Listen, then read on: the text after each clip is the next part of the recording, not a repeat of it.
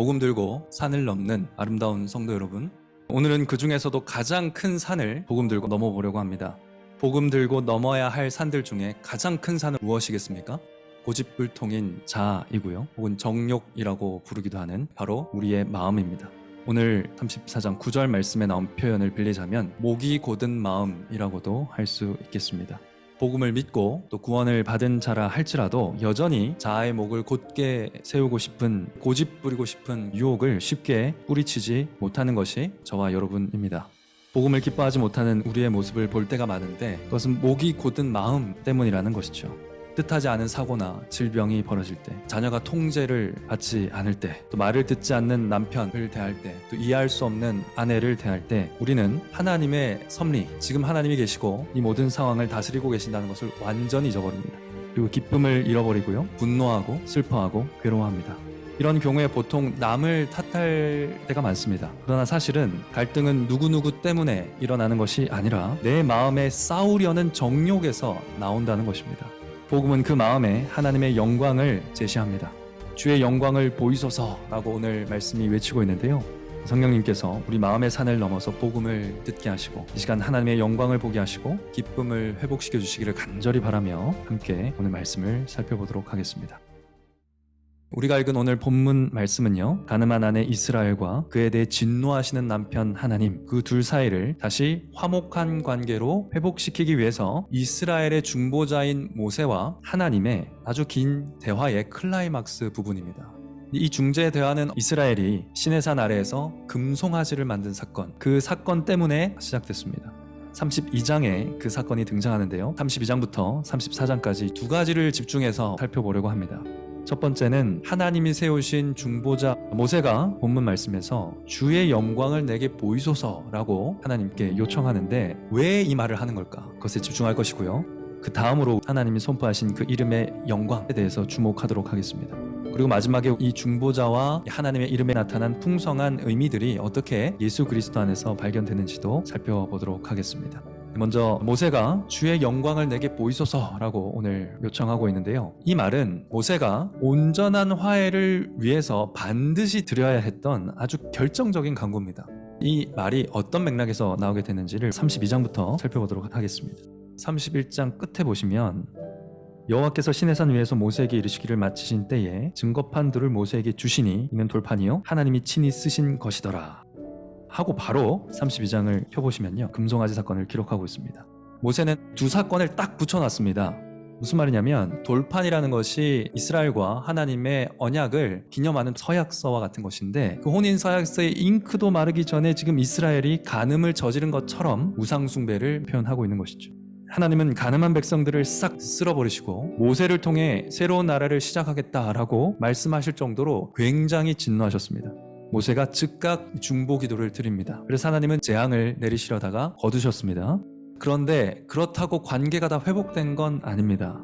5절에 보시면 하나님이 순식간이라도 이스라엘과 동행하면 내가 그들을 진멸할까 라고 말씀하고 계십니다. 왜냐? 이스라엘이 목이 곧은 백성이기 때문입니다. 하나님은 이스라엘이 목이 곧은 백성이기 때문에 같이 갈 수 없다라고 말씀하십니다. 그런데요, 모세는 중재를 포기하지 않습니다. 다시 주님의 백성으로 삼아달라고 간구하고 있습니다.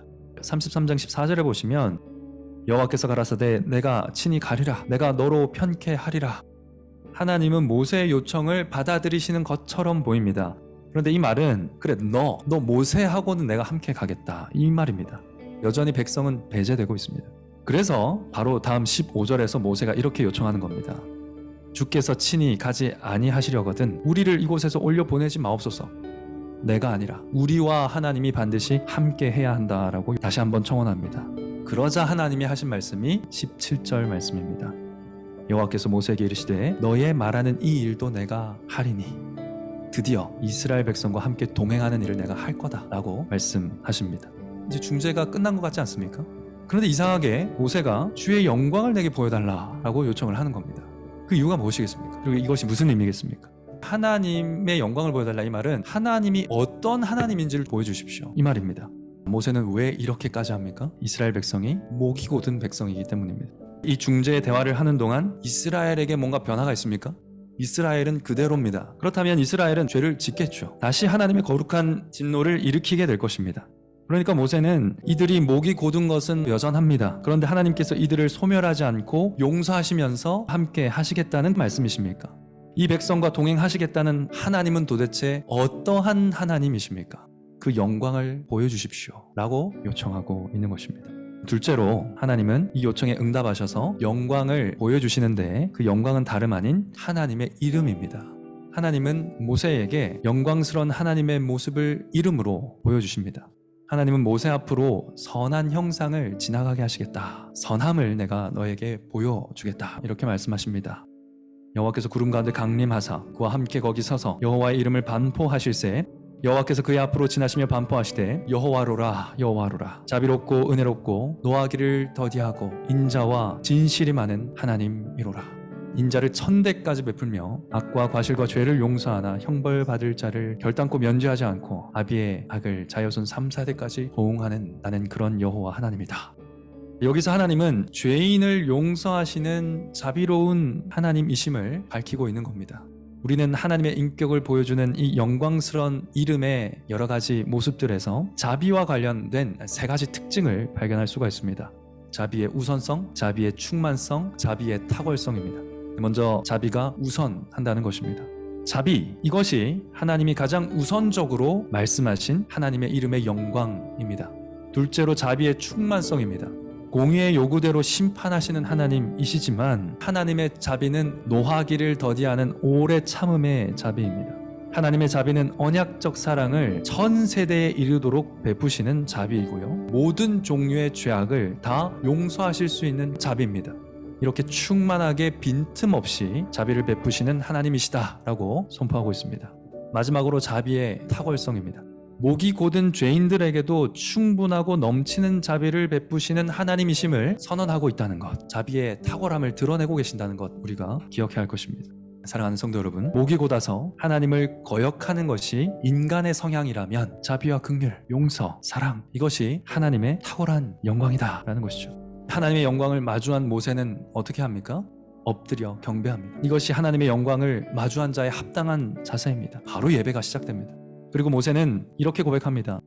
주여, 내가 주께 은총을 입었거든 원컨대 주는 우리 중에서 행하옵소서. 이는 목이 곧은 백성이니이다. 우리의 악과 죄를 사하시고 우리로 주의 기업을 삼으시옵소서. 9절 말씀에서는 이는 목이 곧은 백성이니이다에 주목해야 됩니다. 하나님이 이스라엘 백성과 동행하지 않겠다고 하셨는데 그 이유가 뭐라고 했습니까? 이스라엘 백성이 목이 곧은 백성이기 때문이라고 했습니다. 그런데 지금 모세가 뭘 요청하고 있습니까? 목이 곧은 백성이라서 우리와 동행해달라고 요청하고 있는 것입니다. 사랑하는 성도 여러분, 목이 곧다는 것, 하나님을 거역하는 이 죄성은요, 하나님이 이스라엘을 떠나신 이유였습니다. 그런데 이제 목이 곧다는 것이 하나님이 이스라엘과 함께 하셔야 되는 이유가 됐습니다. 도대체 무슨 일이 일어난 것입니까?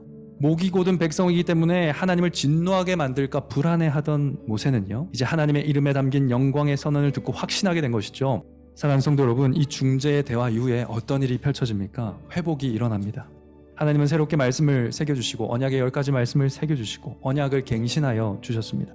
뿐만 아니라 이스라엘 가운데 하나님의 영광이 임재하게 될 성막, 하나님과 이스라엘 백성이 함께 동행하기 위한 성막을 제작하게 하십니다. 출애굽기 제일 마지막 40장에 가서 보시면요, 하나님의 성막이 세워집니다. 하나님의 영광이 충만하게 임합니다. 오늘의 이 사건으로 기틀이 마련되는 것입니다. 마지막으로 중재의 기도를 통해 드러난 하나님의 영광이 바로 예수 그리스도의 영광입니다. 요한복음 1장을 보시면요, 오늘 말씀의 주제를 그대로 반영을 하고 있는 것을 볼 수 있습니다. 특별히 1장 14절 말씀이 육신이 되어 우리 가운데 거하심에 우리가 그 영광을 보니 아버지의 독생자의 영광이요 은혜와 진리가 충만하더라. 이 말씀에 오늘 본문의 주제가 다 담겨 있습니다.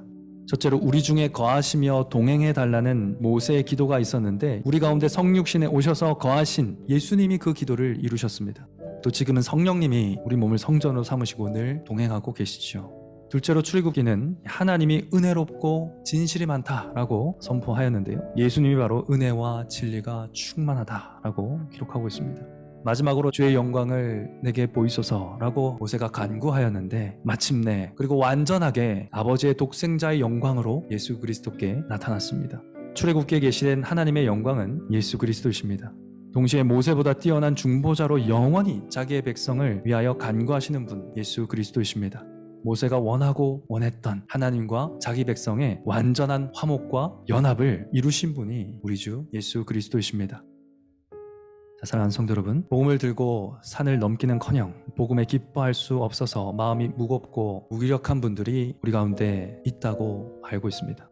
그러나 목이 곧은 자도 포기하지 않고 동행하시는 분이 하나님이시기 때문에 그래도 우리에게 소망이 있습니다. 목이 곧기 때문에 함께 하시는 하나님이시기 때문에, 우리가 죄인이기 때문에 함께 하시는 하나님이시기 때문에 우리에게는 소망이 있는 것입니다. 여러분이 아무리 나빠도, 아무리 죄인이라 자신이 없어진다 하더라도, 아무리 하나님 볼 낯이 없다라는 생각이 들지라도 이 소망을 버리지 않으셔도 됩니다. 하나님 당신의 영광을 위해서 우리를 반드시 회복하실 것을 믿는 자는 다시 신앙을 회복할 겁니다. 복음을 기뻐하게 될 겁니다. 그러나 그 대신에 우리 스스로에 대한 그릇된 사랑과 과한 믿음과 헛된 소망은 이제 그만 버리게 되시기를 간절히 바랍니다. 우리 안에는 소망이 없습니다. 우리 밖에 소망이 있습니다. 목이 뻣뻣한 우리 안에는 소망이 없고 영광스러운 그리스도 안에는 소망이 있습니다. 복음을 기뻐하지 않기 때문에 우리에게 보내어지신 그리스도를 신뢰하시기 바랍니다. 예배하면서 기뻐할 수 없기 때문에, 온전히 예배할 수 없기 때문에 하나님의 영광의 얼굴이신 예수님을 보내셨음을 믿으면서 감사하시기 바랍니다. 산을 넘어서 우리에게 오신 하나님은 계속 오실 겁니다. 계속 오시면서 하나님의 영광을 보여주실 겁니다. 하나님과의 화목, 또 그리스도와의 사랑의 관계 속에 영광스러운 즐거움과 기쁨이 있습니다. 그래서 그리스도는 하나님과 우리를 화목해 하셨습니다.